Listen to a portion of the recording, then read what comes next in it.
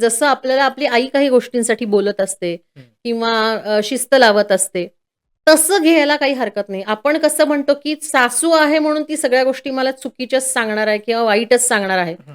हा जो एक डोक्यातला आपला एक थॉट असतो ना, तो जर आपण काढून टाकला, हां. तर खूप गोष्टी सुसह्य होतात. तसंच दुसरीही बाजू आहे त्याला, की सुनेच्या सुद्धा तिचं सुद्धा काहीतरी म्हणणं असू शकतं. हां. ती त्या घरात नवीन आलेली असते. तिच्यासाठी त्या सगळ्याच बाबतीत हं. तिला ॲडजस्ट करायचं असतं. सगळ्यांशी जुळवून घ्यायचं असतं.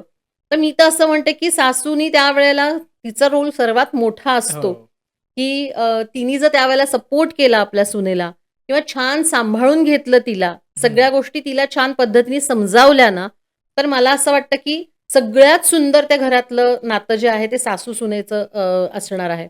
ओके. आणि मला खूप असं वाटतं, की ज्या घरामध्ये ना सासू-सुनेचा बॉन्ड खूप स्ट्राँग असतो ना, हं.